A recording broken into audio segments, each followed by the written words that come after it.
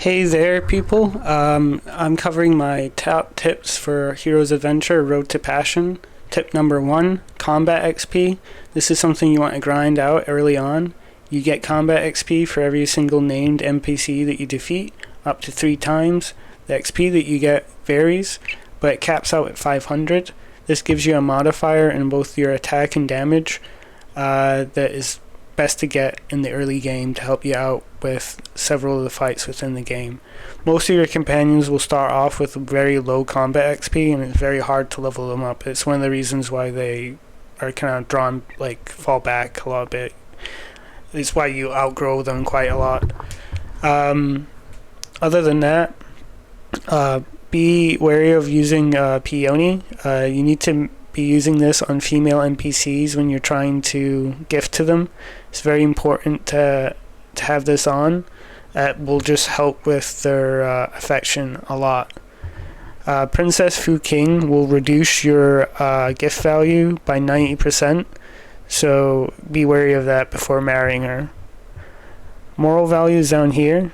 Maxing out your moral value or decreasing it to minus 100 has both pros and cons, so weigh them up and check out these bonuses for both and try and incorporate them into your playthrough. When increasing stats, it's important to increase to level 10 or 25, as they will have inherent bonuses over each other. I would not worry too much about what stat you focus in Nightmare difficulty, but I wouldn't put any stat up to 25 except for strength and con. Raising these to 10 you'll do with grinding stats, and their bonuses for 25 aren't that grand. And you'll already max out quite a lot of your action speed, and you'll start getting diminishing returns from decks, and it's not a good damage multiplier. In terms of traits, you'll find traits within your playthrough. Be wary of this. Don't take traits at the beginning of the game that you know you're going to be taking within your playthrough. Plan ahead.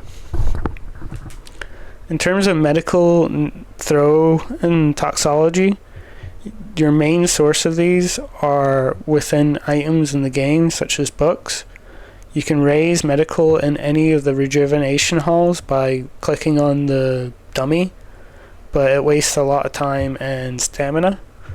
Just keep that in mind. I think it only increases by 1 every single time, so you kind of want to raise your medical for some choices in the game. It really helps.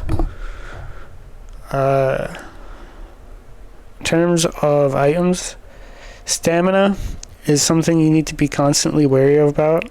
Stamina is very affects combat. Having a high stamina will give you a buff, but having a low stamina will give you a debilitating debuff. If you're having difficulty with a boss, try reloading and then raising your stamina to full and re-challenging the boss. To raise your stamina, never sleep at the inns. The best thing to do is eat food. Food will increase your con experience as well as allow you to act more in the day. Time is a valuable resource. As time progresses within Nightmare difficulty, everything increases in difficulty around you. It has a sort of rubber band effect. So at the start of the game, people are at their weakest, and then by the end of the game, they're at their strongest. So try and make the most of your time. Don't push yourself too much. It's not like you're on a clock or anything like that, but it's something to keep wary of. It's to keep the game challenging. There's these pills that you can collect at... not this one. There's these pills that you can collect at the arena tournament, as well as the Skybreaker Tower, as well as other locations. These allow you to permanently increase a stat once, 5 times on each character. Currently, the pets can eat an infinite amount of these pills, allowing you to max out their stats to like 99. But if you want to do that or not, it's up to you. But They're quite limited, and I think that might be patched out soon. When raising your stamina, it's good to use purple or blue food because it will increase the con experience.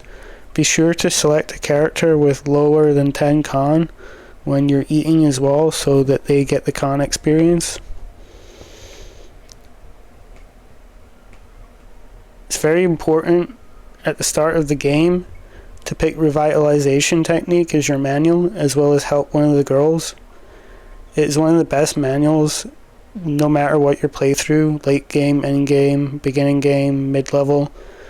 It just has a lot of good stats, and also it's a very good ability for the early game. And it will take you a while to learn the tomes that you can start out with or get from the homestead.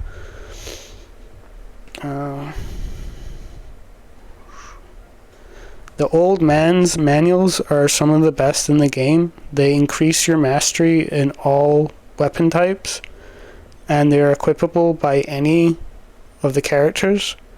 It's important to join the old man in most of your playthroughs, regardless of what sect you plan to join, as you will be able to leave at some point and just join that sect anyway. Just something to keep in mind. To raise toxicology, you need to eat poisonous insects and the such, but be wary, some of them will instantly kill you for an ending.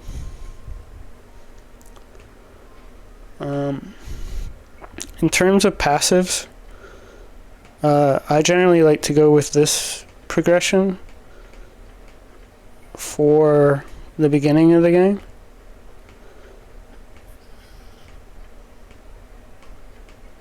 And that allows you to take an action and then move, but it will proc revitalization twice, healing you, and 9 provinces, which is another great internal in the game.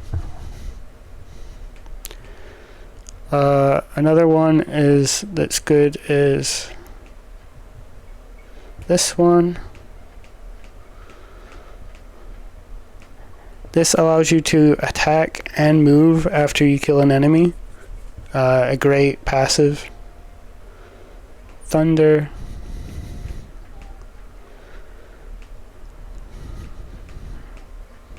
Oops. I keep doing that. Be wary of this auto-selecting one of the nodes that you don't want. It is a pain in the ass to reset passives. The way that you do it, though, is that you get a pill at one of the endgame shops. I forget which one. But generally, this will be my build for most of the game. When you complete a true ending with a maxed out skill, it will pass on to your next playthrough. But it will only pass on after you see the still, so you must see the still for it to pass on the skills. Other than that, yeah, if you have a bad relationship with a sect, you need to go to Lin Lang Temple and give the guy gold bullions and he'll fix it. Anyway, I think that's me covered everything that I want to cover.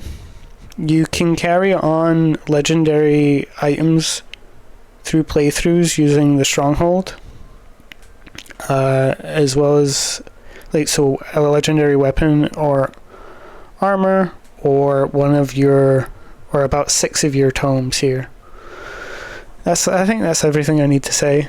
Other than money is kind of broken in the game.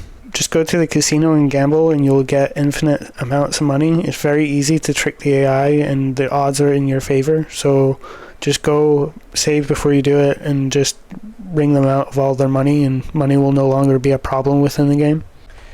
When any of your companions or yourself fall in combat, you'll get a debilitating debuff, lowering your stats by 3 points. Just keep wary of this and make sure you're not near death or heavily wounded before doing any of the boss fights within the game. You can actually use this to your advantage by lowering someone's stats whilst they're in your party than sparring them. A very niche use, but it barely comes up. To recruit Any pet companion, you need to get their relationships up to 60. Giving them higher tier food or things will increase their relations with you faster. They need about 40 or 50 fullness to be used as a mount between areas, which will speed up your travel time much faster than the horse and carriage, by the way. And it's really good to be using your pets to move you around. Other than that, each item you feed them will increase their fullness by 10. So when you're trying to recruit them, be wary of that when you're trying to get the relationships up to 60.